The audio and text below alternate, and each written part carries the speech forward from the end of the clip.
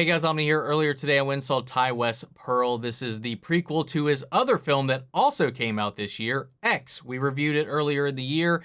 Also stars Mia Goth. She is once again reprising the role of Pearl here in this film, and this is a prequel to that movie and is set way, way, way back when Pearl herself was a young lass dreaming of big dreams of being a star, of being a well-known and renowned dancer, and getting away from her humble farm life and her family she just feels trapped by.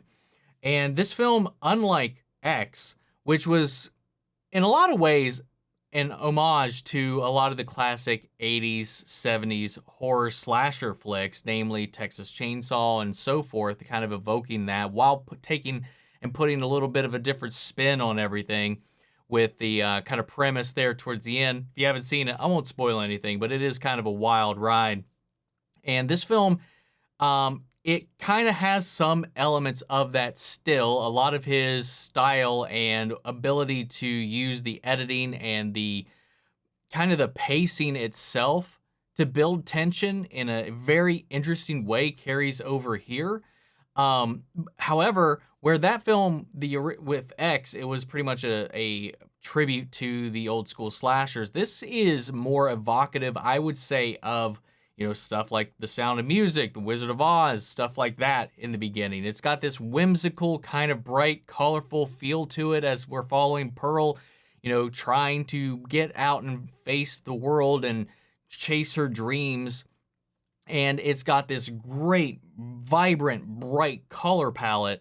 And it's got this little kind of otherworldly presence as we're kind of living in Pearl's head throughout a lot of this, the opening segments of this movie. So it feels very discordant with what we've seen before. And if you haven't seen X, if you're going into this completely blind, I'm not sure if you'll have the same experience with this segment, but like knowing the outcome and knowing, obviously where Pearl ends up and what happens in the future, there's this underlying tension just naturally baked into everything. So no matter how prim and proper and like old school, like 1920s, 30s kind of like whimsical vibes that this is just oozing throughout, there's always this tension, this like note of discord below the surface that is just bubbling. And the entire time you're just kind of wondering when it's going to burst. When is it going to explode? When is this going to break the surface and, release that pressure? And it does here and there in these little subtle moments until you finally get to the third act where it's just bananas.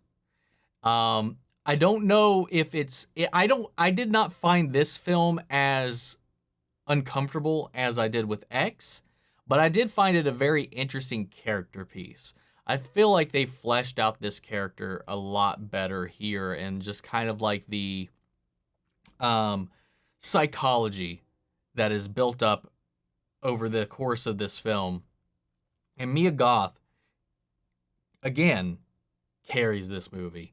The supporting cast, I don't know the names of everybody in this film, but they all did a serviceable job. But what you were really here for is the Ty West direction, his storytelling, and Mia Goth. And I think that's why Ty West is very much investing in this actor, man, because, not only does she play the lead character in X, she's here again and will be here again in the next project, because this isn't stopping. We're continuing on. And again, Mia Goth is going to be leading the charge. And rightfully so. She does a phenomenal job in this, like going the entire gamut of emotions, of reactions, of just really playing with your expectations and the audience. And there's this one scene towards the end of the film where she's giving like a 3 to 4 minute, it's a rough estimation, monologue where she's just going off, unloading, like her unpacking her emotions, her feelings, and just confessing these thoughts that she's been having in her mind, and it just keeps going. and she's breaking. She's going through all these like rushes and dips and valleys of emotions, and she's just like really giving herself to this material, man. And it's breathtakingly horrific in some ways, but it's so well done. Like, she does such a phenomenal job with this role, with all the roles that she's had in this little franchise so far, that this is the only thing I've seen her in up until this point. Or not the only thing, the only things, X and now this. And holy shit, she's got some range, man. And she really does carry this movie on her back. And yeah, I'm very curious to see where her career goes, what other things she does from here. Obviously, she's got this like tight connection with Ty West and what they're working on and building out and crafting together. Unlike with X, unless I missed out on that and maybe wasn't paying attention before, she's actually got a writer's credit with Ty West on this film. Like, they both together created this story, expanded upon this character together, which is a really interesting investment and like path to see like a director slash writer take with one of their actors. Allowing them part of that creative process is really interesting. The sound design and the production quality in this is top notch, as with X. But like I said, like this having a very much different tonality to it than that film does. The music, the sound design is all accentuated in a way that complements this film so well. Where there was this discordant like narrative, like editing in X to create tension. This one, it uses like the imagery, the drawing out of scenes. It's just, I don't know, the way he's just masterful at like building tension in these scenes in these subtle and nuanced ways. Of course, a lot of the similar themes carry over from X into this as it relates to the character of Pearl and how she related to the main character in that film as well. A lot of those same themes are carried over throughout this movie as well. And unlike the slasher tone that film kind of took, this is a little bit more of a psychological thriller. While it's not as gory, not as violent as X was, it is a lot more psychologically unnerving, as you kind of unravel the thought processes of this character and learn a little bit more about how she ticks. It's really interesting, and it's a little more abstract. It's a little more ethereal.